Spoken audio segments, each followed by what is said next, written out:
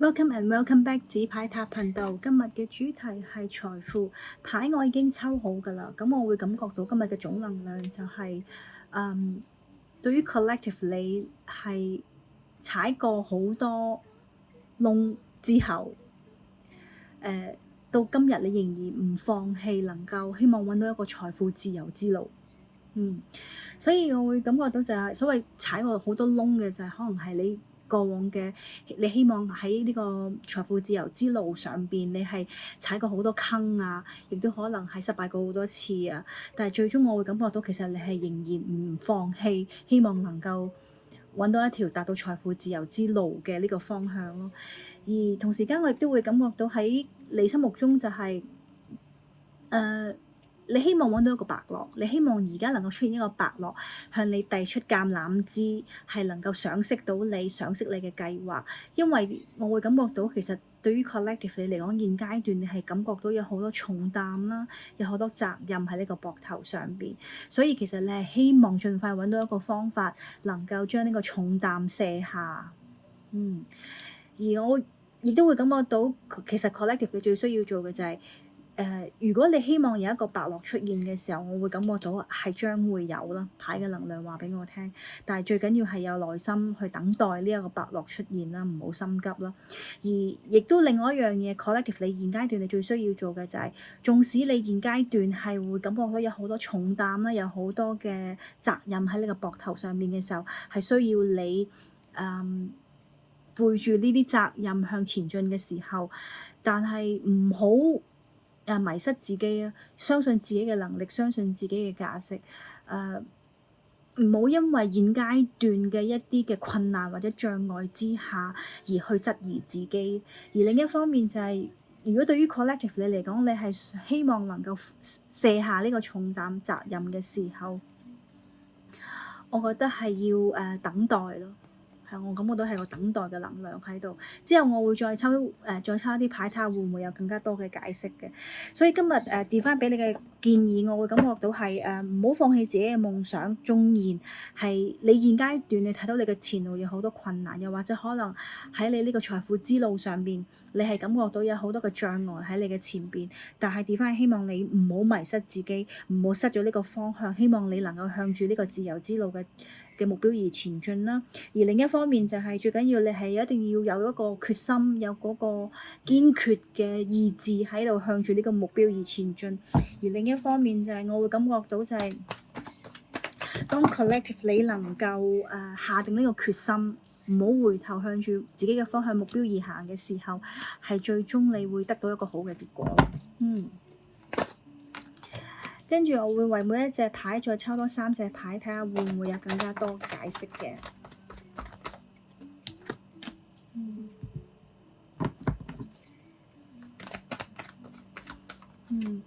正如我一開始嘅時候所講啦，對於可能某一部分嘅 collective，你感覺到你係身上面有好多嘅重擔同埋責任，因為你會感覺到就係、有好多人睇住你，所謂可能好多人睇住你就可能你要有家庭嘅照顧啦，有一個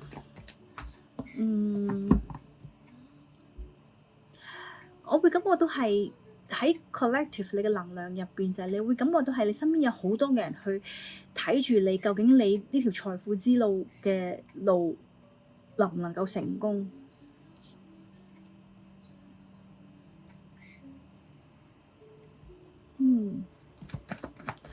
所以我會感覺到可能係對於某一部分嘅 collective 係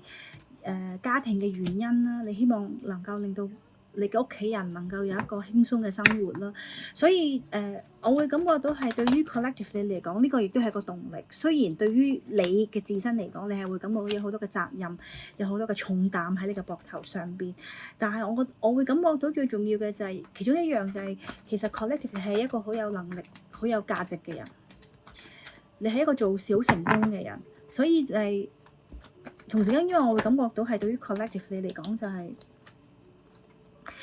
能夠令你身邊嘅人過上一個好嘅生活，其實對於你嚟講係一個動力。所以可能有時就係壓力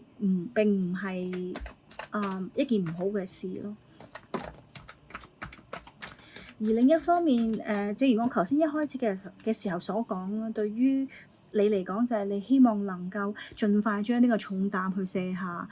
因為可能就係今日嘅種能量就係你踩過好多坑之後，你仍然唔放棄呢個自由之路。當然可能係你所經歷嘅事情係令到你喺某一個時段，你會感覺到個重擔好重，因為可能有一大家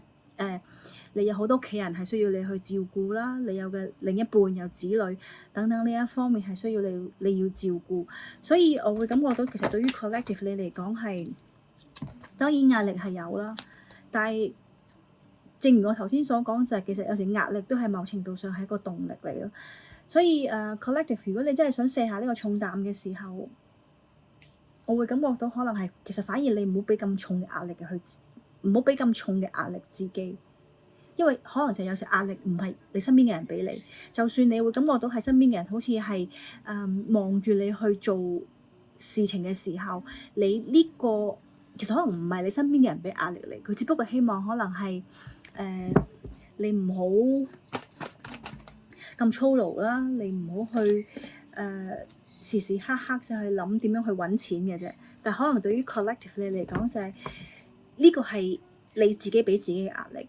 所以就係如果你想卸下呢個重擔嘅時候，反而可能我會感覺到對於 collective 你嚟講係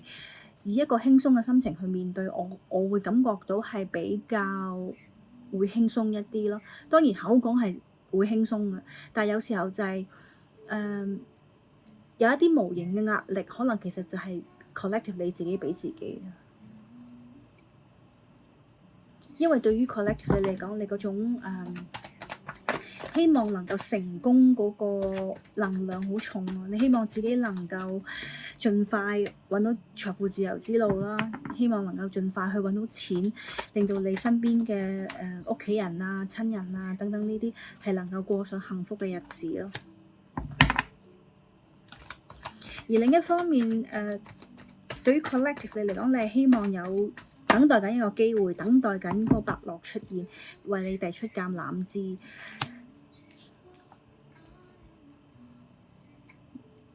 因為你了解你自己嘅價值，你了解自己嘅能力，你了解你自己可能對於可能某一部分嘅 collective 嚟講係你腦裏邊有一個好好嘅 idea，你只不過希望係能夠等待一個最好嘅機會，有人賞識你呢個計劃係能夠達到財富自由之路。我覺得好重要啊，因為對於 collective 你嚟講就係有一樣嘢，起碼我會覺得你係相信自己係能夠成功先，因為正如我一開始嘅時候所講，就係對於 collective 你嚟講，你經歷過好多嘅失敗之下，你仍然相信自己，我覺得係呢樣嘢嘅能量係最重要咯。因為可能就係你會感覺，因為可能就係你身邊嘅人俾嘅壓力你，而當然亦都係同樣係你自己俾你自己嘅壓力去造成，就係不成功變成人嗰個能量喺度。所以其中一樣 collective 你現階段你最需要做嘅就係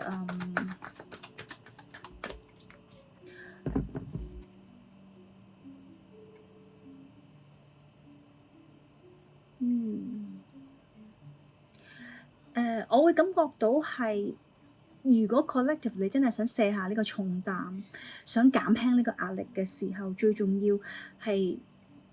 collective 你需要了解就係喺呢個面對困難同障礙嘅呢個經歷裏邊，好多時候其實係需要我哋每一個人獨自去面對、獨自去承受。當然係會有孤獨嘅時候，係有好多唔好受嘅承受、唔好受嘅情況出現，但係其實同時間呢個亦都係能夠帶到俾我哋一個更加快速成長嘅一個體驗咯。所以 collective 縱然係，因為我會感覺到其實對於 collective 你嚟講，你明白到就係嗰個壓力其實係你嘅心魔嚟嘅。當然可能係有好多問題原因去形成到點解你有一個心魔係。你有啲糾結就係一方面你又想你身邊嘅人能夠有一個比較富裕嘅生活，但另一方面其實你又唔想負一個咁重嘅責任，原因就係因為正如我一開始嘅時候所講，你經歷過好多嘅失敗。當你一次又一次經歷咗失敗之後，可能其實會令你自己都產生對自己嘅懷疑同埋信任，而從而就係一方面你又想孭呢個重擔，但一方面你又想放下呢個重擔嘅時候，呢個內心嘅掙扎，其實呢個壓力其實可能係你自己俾你自己。所以其中一樣 collective 你最需要做嘅就係有時可能就係當你去面對任何嘅困難同障礙嘅時候，呢個反而係會令你得着得更加多。因為雖然我哋今日嘅主題係財富，而我嘅解牌可能未必係會講到好清晰，就係話或者我個方向唔係話你個機會會幾時出現啊，你係做咩行業會啱？呢個唔係我想做嘅方向，而係當你喺希望能夠達到財富自由之路嘅呢個過程入邊，其實你最需要嘅學嘅係乜嘢？因為好多時候就係唔係你唔努力，只不過可能係你內在有好多嘅，可能係一啲原生家庭嘅問題，一啲負能量，一啲嘅你自我嘅質疑，你唔學唔到點樣去療愈自己嘅呢個過程入邊，而 Divine 係感覺到你其實你未 ready，因為你內在有太多嘅嘢積聚咗喺你嘅內在嘅能量入邊，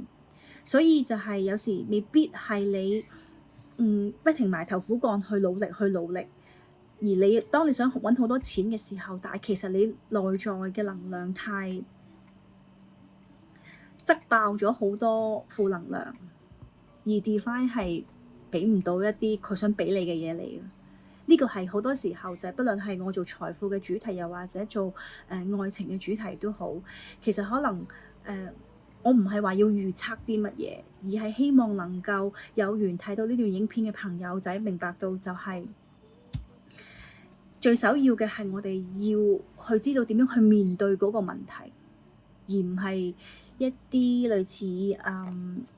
快速嘅方法去達到財富自由之路啊。所以就係今日呢個解牌，我會感覺到對於collective 你嚟講就係係你需要為自己去卸下呢個重擔。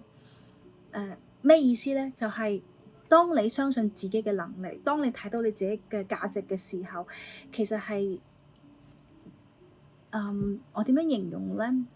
因為只要你明白，其實有好多時候你遇到好多困難同問題嘅時候，當然係現實上面有好多困難同埋障礙。但係如果你願意去鼓起勇氣去面對任何一個困難同障礙嘅時候，當然可能你會損手爛腳，你係會遇到好多挫敗，有好多不安同焦慮嘅情緒，你會開始質疑自己。但係如果你通過呢一個關口嘅時候，其實當然係你需要孤獨咁去面對，呢個可能係對於某一部分嘅 collective 你需要去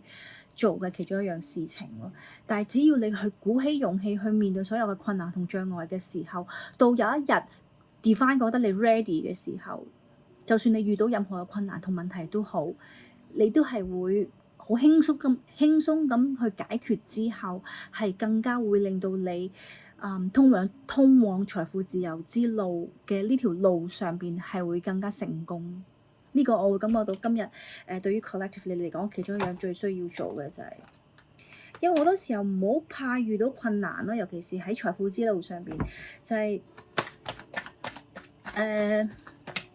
有一句説話係咪叫越挫越勇？當然我會感覺到今日種能量可能對於某一部分嘅 collective 係有嗰種越挫越勇嘅能量喺度咯。而另一方面，其實collective 你另外一樣嘢最需要做嘅就係要睇到自己嘅能力，相信自己嘅價值喺邊。因為當你感覺到有好多嘅責任重擔喺你身上邊嘅時候，就係其實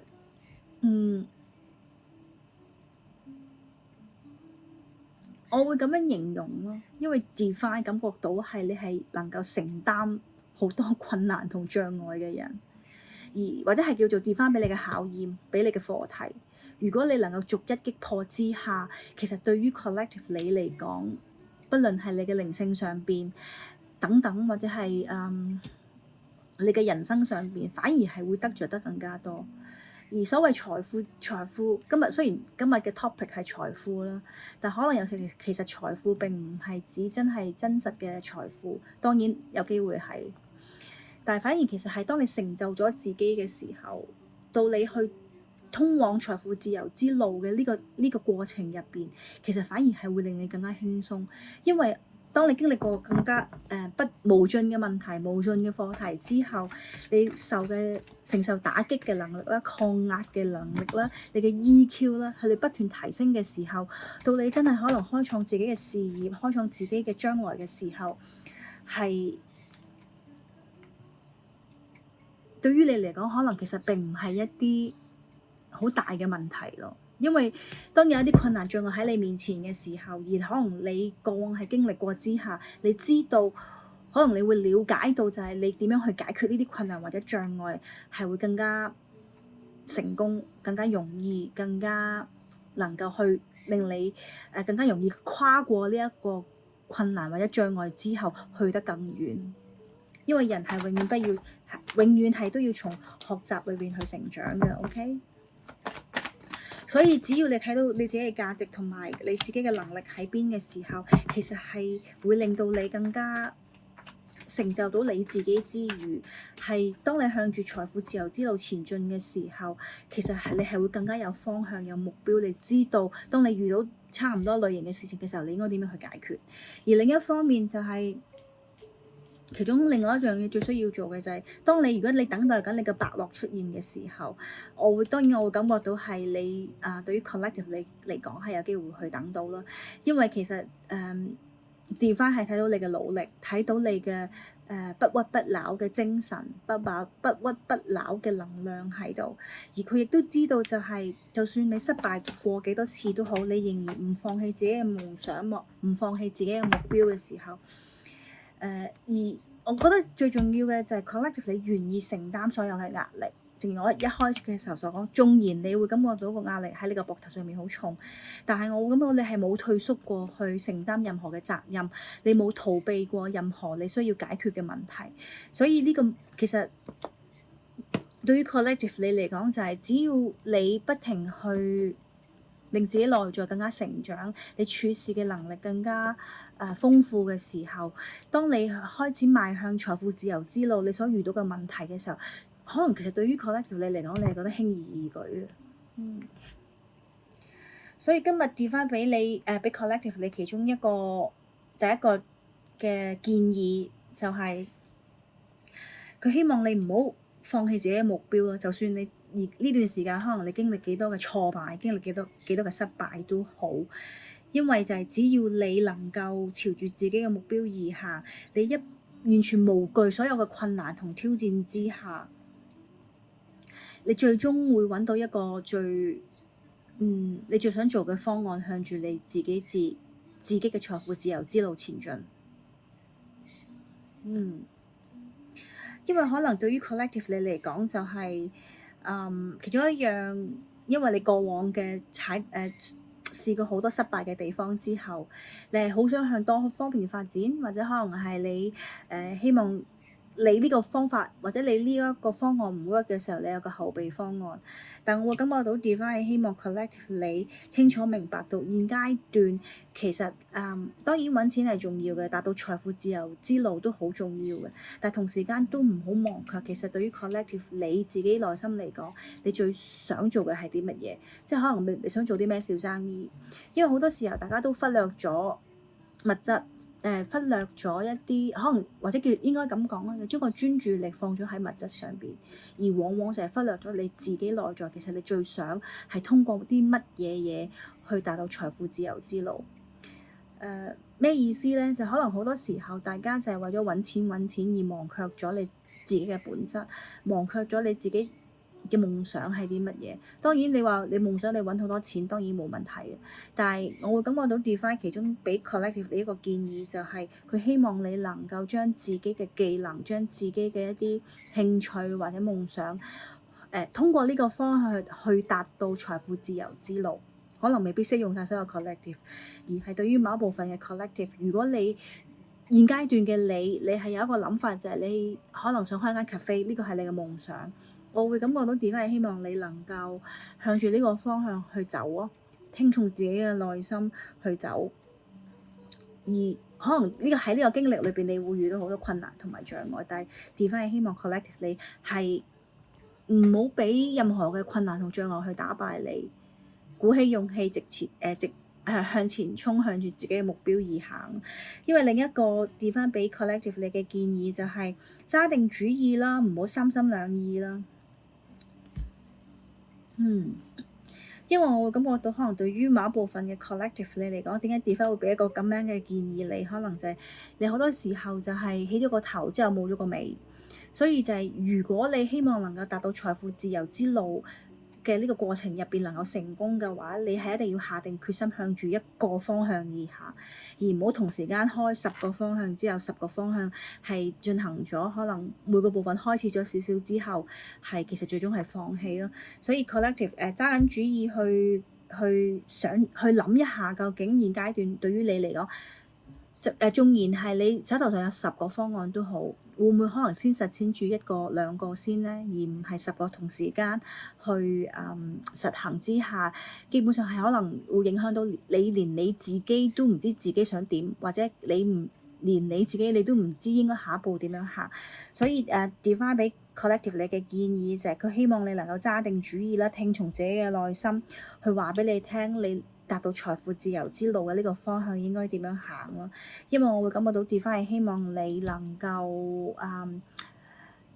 因為可能對於某一部分嘅 collective， 其實你內心嘅聲音係想話俾你聽，你係想選 A 呢個目標，但係可能因為外在嘅一啲聲音，你會最終選擇咗 B。但係 Divine 係希望 collective 你能夠喺通往財富自由之路嘅呢個路上邊唔好有遺憾咯。而另一方面就係Divine 最後俾你嘅建議就係佢希望你能夠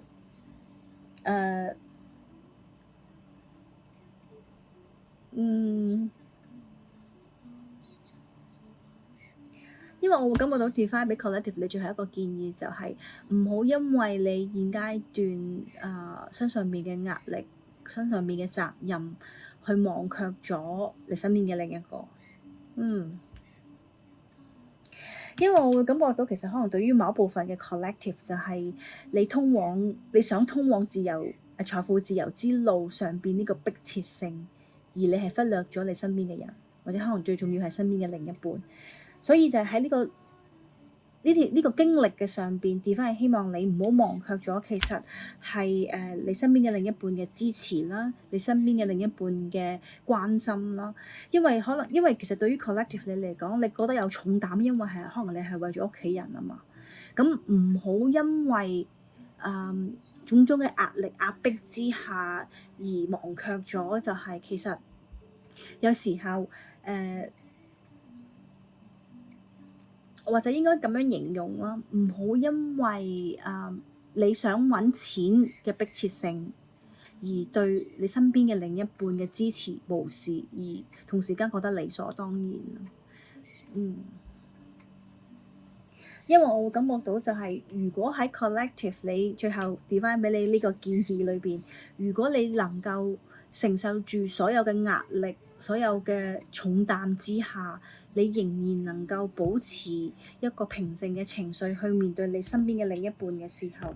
其實可能往往係更加會促進到你同你另一半嘅關係咯。所以就係collective， 我會感覺到今日 Divine 或者今日呢個牌陣嘅總結就係揸定主意啦，唔好三心兩意啦。如果你真係等待緊一個伯樂出現嘅時候，係會出現，因為現階段嘅你知道應做啲乜嘢嘅事情對於你嚟講係最重要。而我亦都會感覺到其中另外一個最重要嘅點就係有啲耐性啦，因為可能真係喺達到財富自由之路上邊遇到嘅困難一定係唔少，尤其是可能對於某一部分嘅 collective， 你係你係一人嘅工作，或者你係需要你自己一個去面對好多嘅事情嘅時候，但係我會感覺到就係不論你遇到任何困難或者障礙都好，我會感覺到最終個結果係會非常之好咯。OK，see you next time，bye。